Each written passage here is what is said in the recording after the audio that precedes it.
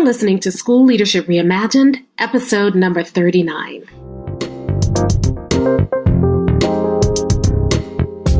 Welcome to the School Leadership Reimagined podcast, where we rethink what's possible to transform your school.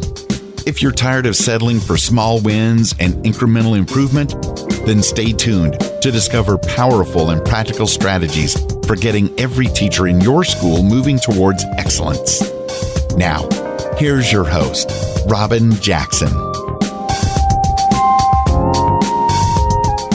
Hey Builders, welcome to another episode of School Leadership Reimagined. I'm your host, Robyn Jackson, and today I'm coming to you from the road. So I'm going to apologize in advance for the audio quality, which may not be as solid as when I'm in the studio recording, but I'm on the road building builders all throughout the country, and so I am recording this from a hotel room. But that does not mean that we aren't going to have great content today, because today we are going to be talking about how to keep your best teachers like a builder. But I could also call this episode, How to be the kind of builder master teachers want to work for. Either one is fine.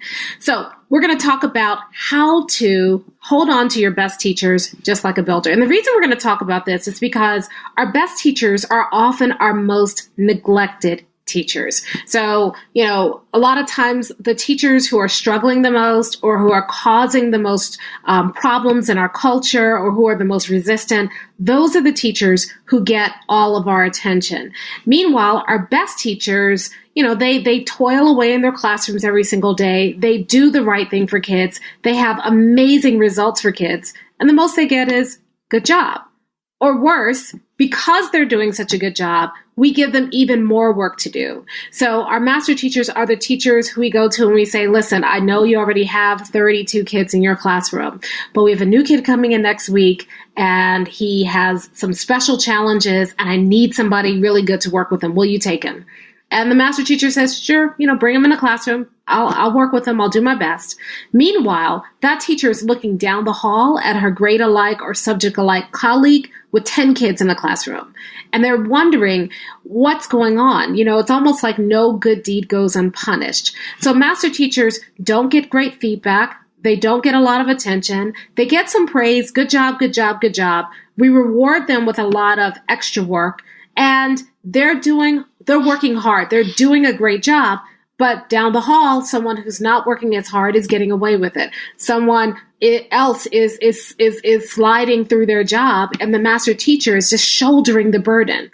So we kind of take our best teachers for granted, and they gladly take on the extra work, but they often wonder about the person down the hall who's not pulling his weight, or the person who is causing the trouble and seemingly getting all of your attention, or the struggling teacher where you're in that classroom every single week, but you never seem to have time to come by their classroom and give them good feedback.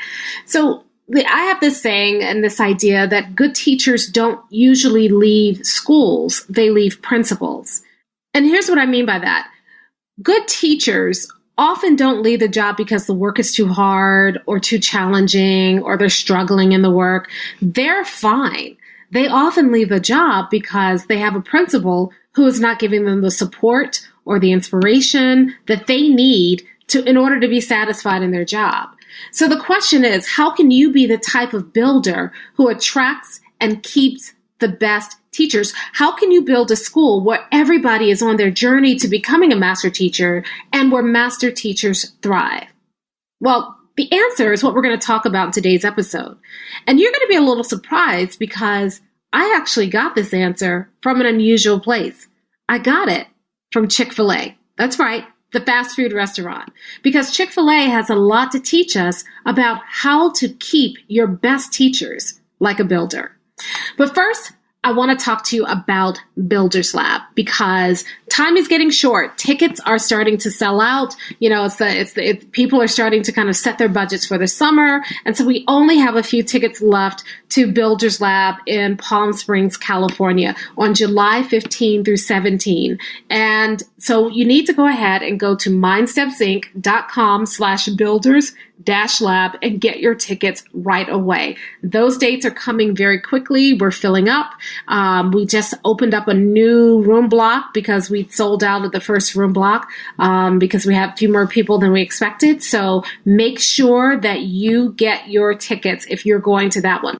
We also have a second Builders Lab happening in Washington, D.C., the Washington, D.C. area. It's actually in Arlington, Virginia, right outside, right across the bridge from Washington, D.C. And that's happening July 15 through 17. And again, go to mindstepsinc.com/builders-lab. Now, here's why you need to come to one or both Builders Labs this year. This is the perfect time. We're going to be having Builders Lab in the summer. And during Builders Lab, we're going to help you figure out your vision, your mission, and your core values, and how to create them in a way that's going to get your whole teaching staff inspired, motivated, passionate about doing their work and getting them focused on doing the right work.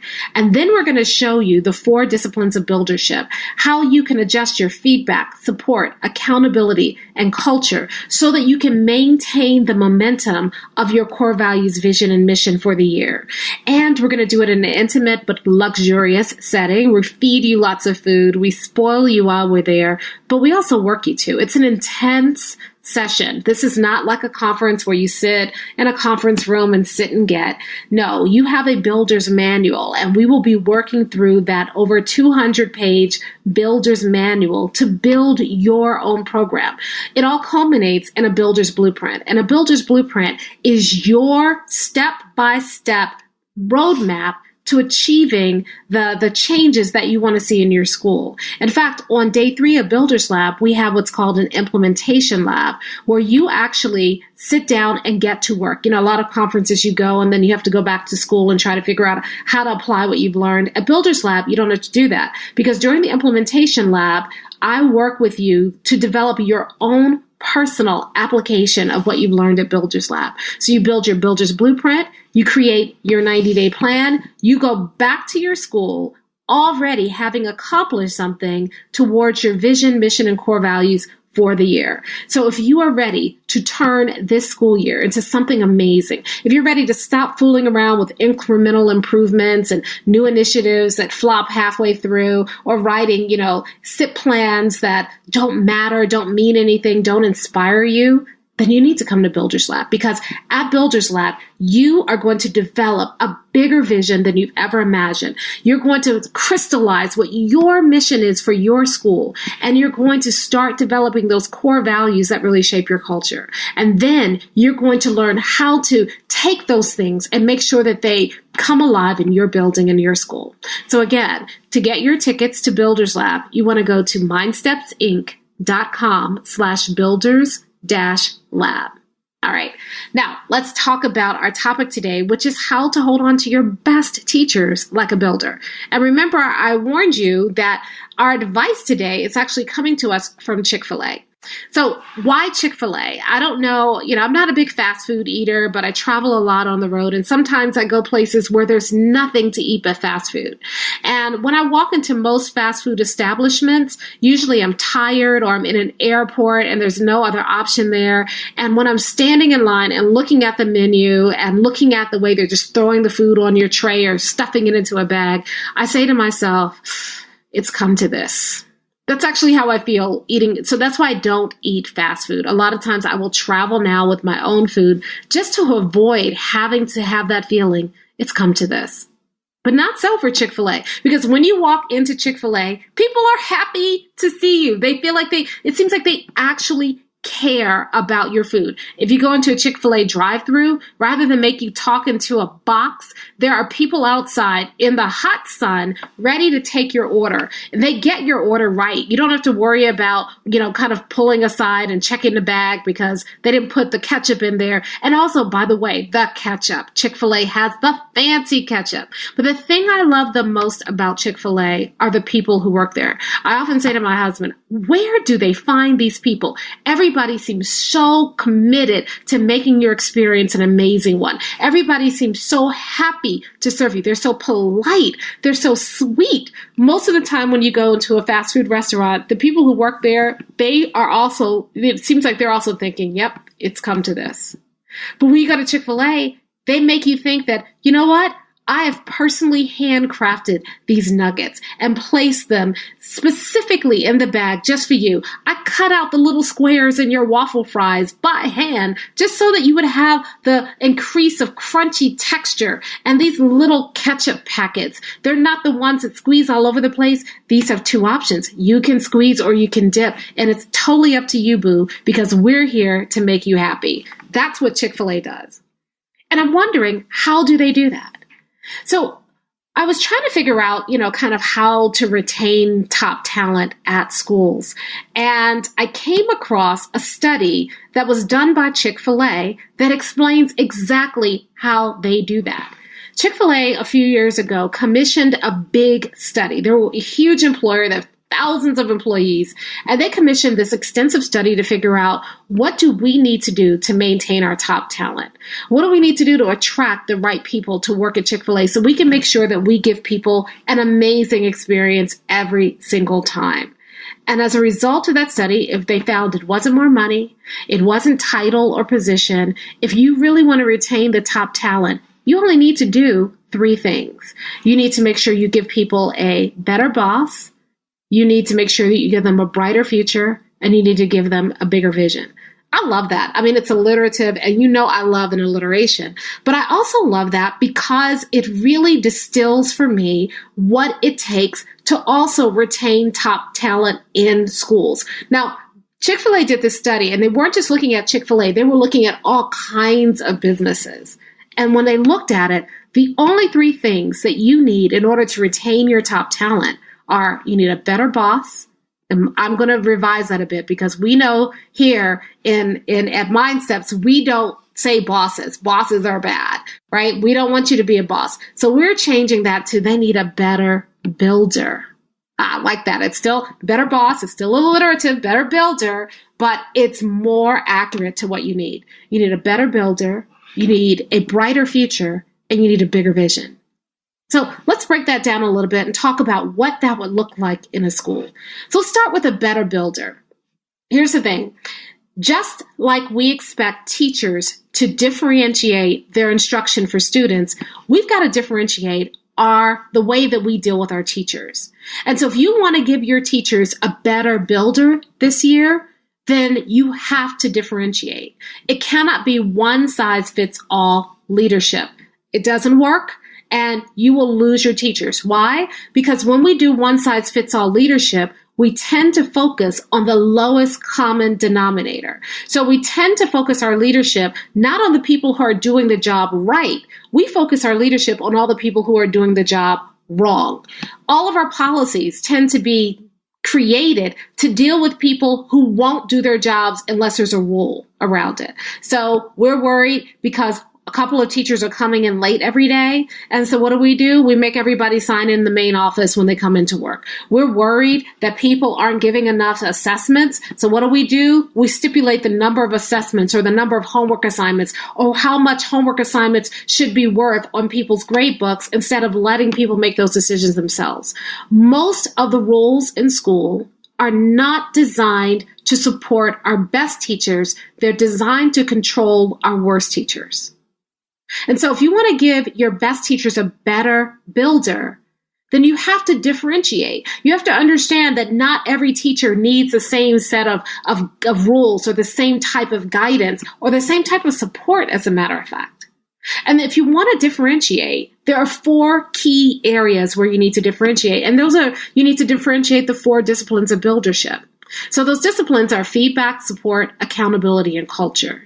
And when it comes to feedback, our best teachers get our worst feedback.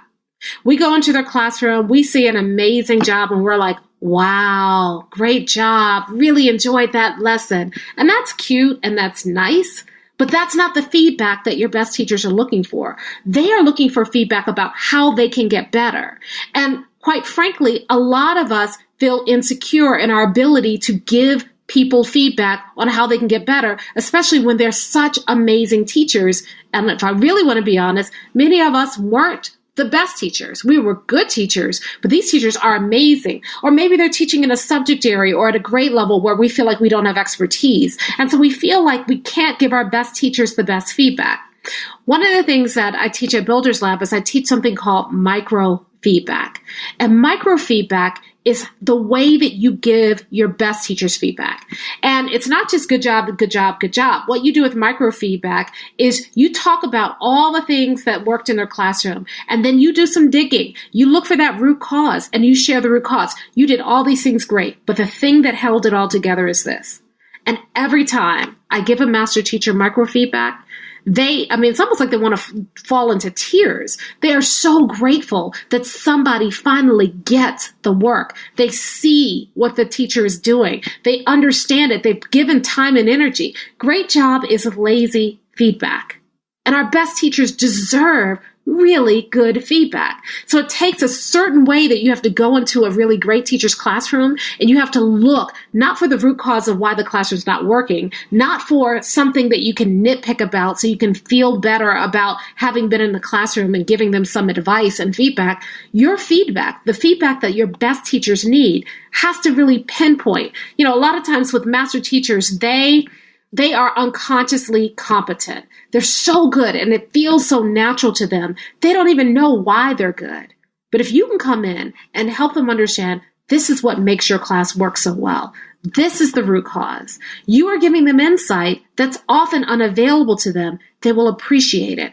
And you don't have to be an expert at their subject area or an expert at their grade level to give them that kind of feedback. You do have to be an expert at building teachers, at noticing things about teachers. And when you take the time and put the energy into giving master teachers, your best teachers, really high quality feedback, they will want to work for you because you are helping them grow, because you are challenging them, not nitpicking so that you can feel like you have something to say, but you are legitimately challenging them and helping them be better at their jobs. Not only do you need to differentiate feedback, you need to differentiate their support. You know how we make all teachers go to the same training? We should probably stop that if we can help it. You know how we get a PD day and we bring somebody in and everybody goes to the training on the same day?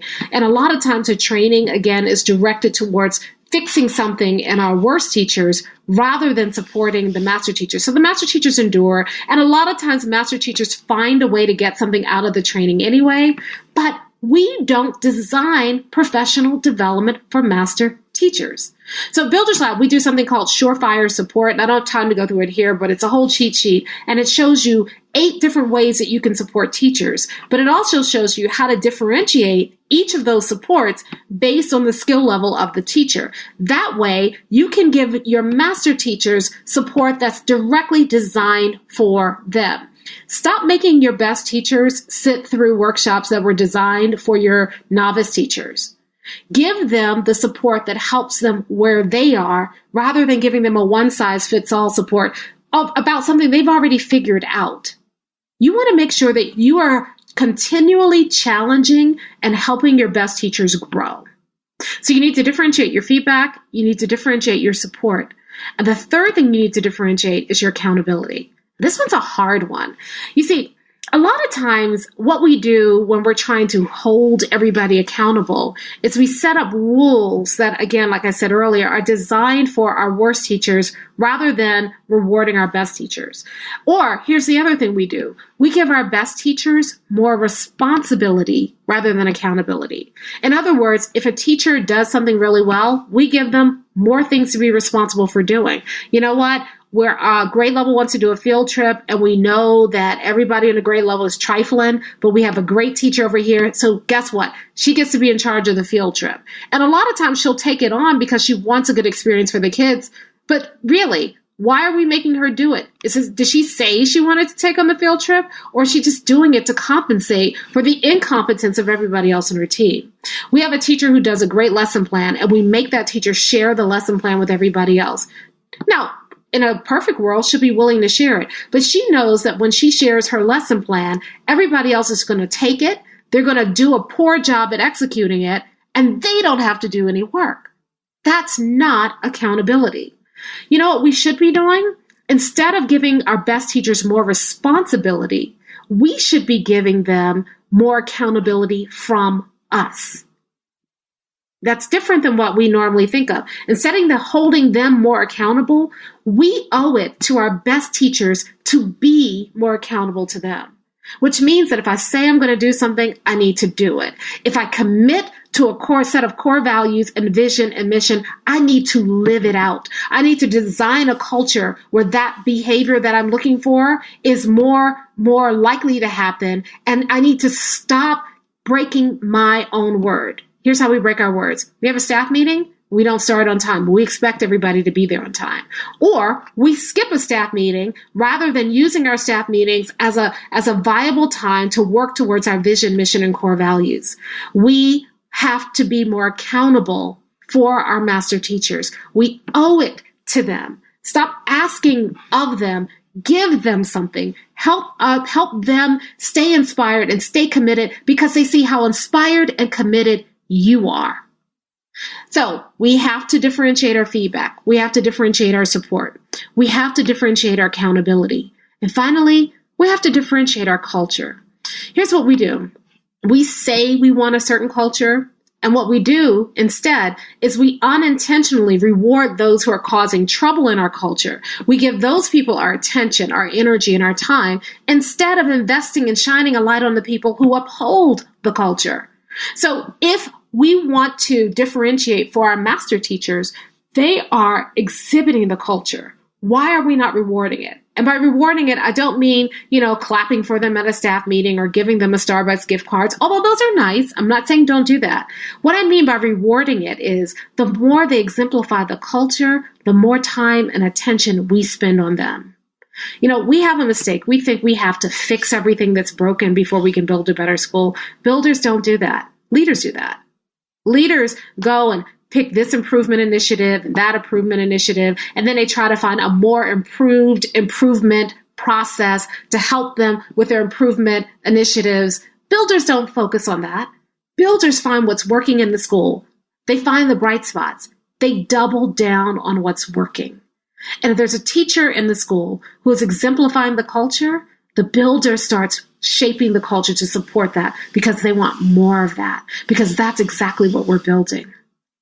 So we have to, if you want to give people a better boss or a better builder, you need to differentiate how you deal with people. You need to make sure that you are building people based on what they need and not offering them a one-size-fits-all boss. Instead, you want to differentiate how you support them and how you give them feedback and how you do accountability and how you build a culture so that they can grow and they can thrive. So that's a better builder. The next thing you need to do is you need to give them a brighter future. When I was a teacher, I got pretty good at teaching. And the better I got at teaching, the more people wanted to take me out of the classroom. And so just because I was a good teacher didn't mean that I wanted to be an administrator or that I would be a good administrator. But after a while, come on, the administrators make way more money. The administrators get way more flexibility and autonomy. They have opportunities for influence. And so if that's the only way that I can make more money, if that's the only way that I can better provide for my family, if that's the only way that I can have more autonomy and influence, after a while, when I look at a future, it may not even be the future I want, but it's the only one that's available to me. And so a lot of times with our best teachers, the only bright future available to them is for them to leave the place where they thrive the most, where they're having the biggest impact, and put them in a place they may not want to go or they may not be good at. Just because I'm a great teacher doesn't mean I'm going to be a great leader. And leadership isn't even the only reward. We have to stop that. Instead, you need to talk to the teacher. But one of the most reckless things you can do is say to a great teacher, wow, you're really good at this. You should take on more leadership. Now, I have nothing against teacher leadership for the teachers who want it, but there are a lot of master teachers who just want to teach. And there's nothing wrong with that. Why aren't we rewarding that? Why aren't we paying those people bonuses? Why does the salary track stop after a certain level? Why can't master teachers make the same as a principal? Because they have just as much responsibility and impact. Now, the same as a principal on a 10-month scale if they're only working 10 months, but you get my point. Why is it that the only bright future available to a master teacher is to leave the classroom and be a leader. So what I suggest instead, if you want to give people a brighter future, sit down with them and understand, what does a brighter future look like for them? In some cases, it's, I want to run my own school one day. Great. You support the heck out of that dream. You give that person leadership opportunities. You allow that person to shadow you. You nurture them, because when you do that, not only are they going to give you more in the classroom, but you are also building a tribe of other builders. And if they don't want to be an administrator and they don't want to leave the classroom, you find ways to make their work in the classroom feel more rewarding. You find ways to reward them for what their dreams are. And if they decide their dream is they want to leave teaching one day and, drive a roller coaster. Do you drive a roller coaster? Okay, I don't know. Hit the button for a roller coaster. Nurture that dream. That's your job as a builder. You build other people. You build them up. So find out what their dreams are. Figure out how you can support them. If you do that, people are worried, well, if I do that, they'll leave. They're going to leave anyway. But if you support them and you help nurture them, you are contributing to the profession. They won't forget you. And they may come back. They may decide not to leave. They may be one of your best colleagues. They may be your boss. Who knows? Find out what they want. Don't push people into a future. Give them the brighter future they want. So better builder, brighter future. Last one is bigger vision. People are looking to be a part of something bigger than themselves. And it's really hard to sustain my motivation when the best vision you can offer me is that we want to increase our test scores, or we want to institute PB, project-based learning in our schools, or we want to institute restorative justice practices in our school. Those are programs. That's not a vision. A vision says, what are we building? And if you can't give your master teachers a compelling vision, then they have to rely solely and entirely on their own passion for kids. And sometimes that's enough. But should it be? You want to give people, master teachers, a place where they feel like they can be a part of something bigger, that their talents are not going to waste. They are in the service of a vision that's bigger than they could have imagined. And that's why I teach you how to do the 100% vision. Because when you write the vision right, master teachers flock to you because they want to be a part of that. And the teachers who don't want to work, they leave on their own. You don't have to get rid of them. They're like, nope, this is too much work for me. Everybody here is all excited about it. I can't be excited about it. So they leave. Master teachers come to you. They want to be a part of a bigger vision. If your vision isn't big enough and compelling enough, you can't inspire people to be their very best. You have to have a big vision, a compelling vision, something that calls forth out of people every single day their very, very best. So you need to be a better builder. You need to offer people a brighter future, and you need a bigger vision. In other words, you basically have to be if you want to be the kind of person who attracts and keeps the best and the top talent, you have to be a builder. That's the bottom line. A builder does this. This is all a part of buildership. Bosses, well, forget it. I was going to tell you what bosses do, but nobody wants to work for a boss. The best teachers are fleeing bosses all the time. But here's the difference between a leader and a builder. A leader tries to use rewards, kudos, praise, or they leverage their own personal relationships in order to get the best out of people or in order to keep people working for them. And unfortunately, that's not enough. Because after a while, some of your best teachers are going to want something more. They may like you. They may have a relationship with you. They may shed tears as they're packing up their classroom and going to work in a different school. But it's not enough to keep them there. Do you know what keeps your best teachers excited year after year, wanting to work with you? You've got to be a builder.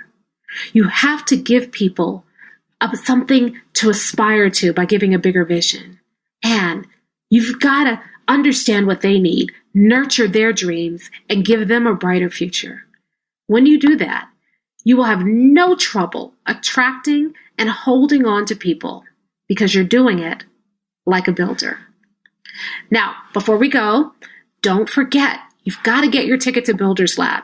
If you want to learn how to be that kind of person, the kind of person who attracts and retains the best talents, you need to come to Builders Lab. Because at Builders Lab, you're going to learn exactly that.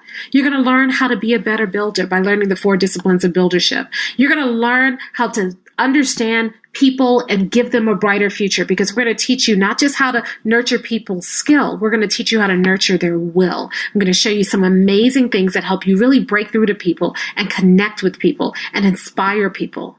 And finally, we're going to show you how to create a bigger vision, because first day of Builders Lab, we're going to be sitting down and working on calling forth that bigger vision that's inside of you that you don't even know it's inside of you. And then we're going to show you how to reach that vision by developing your own builder's blueprint. So your vision doesn't have to be some, pie in the sky dream. No, there's a pathway to your vision, and we're going to help you find it. So go to mindstepsinc.com/builders-lab and get your ticket to the next upcoming Builders Lab. All right, as I do every week, don't forget to connect on LinkedIn. That's where you can ask me questions or follow up. I'm also on Twitter. Find me at Robyn Jackson on LinkedIn and Robyn_Mindsteps on Twitter, and let's connect. And then I would love for you to share this podcast with at least one other person this week, especially if you've got something valuable out of it. So would you mind sharing this podcast with at least one other person? Would you do me that favor to find somebody who's not already listening to this podcast and share it with them? And then if you're so inclined, I'd love it if you could give me a review on iTunes, just because it gives me feedback. It helps other people find the podcast. It spreads the fire about this buildership movement that we're all a part of, not only because our kids deserve it, but because we deserve to be something better than leaders. We deserve to be builders. That's how we reignite our own passion for this work, and that's how we make a bigger difference. All right. Now, next week, we are going to be ending this season of the School Leadership Reimagined podcast, and we're ending it with one of my favorite features. Every year, we do a summer reading list, and this year is no different. Now, here's the thing about our summer reading list that's a little different, because our summer reading list looks at books outside of education. So yeah, there are all these great reading lists about, books you should be reading in education. But what we do every year is we try to find some of the best books outside of education that really have something to say about how we do our jobs and how we can be better builders. And next week, I'm going to be sharing with you my top 5 picks on an episode that I've tentatively titled, How to Build a Summer Reading List Like a Builder. I hope you'll join me next time. Thank you for listening to the School Leadership Reimagined podcast. For show notes and free downloads, visit schoolleadershiprimagined.com. School Leadership Reimagined is brought to you by MindSteps, Inc., where we build master teachers.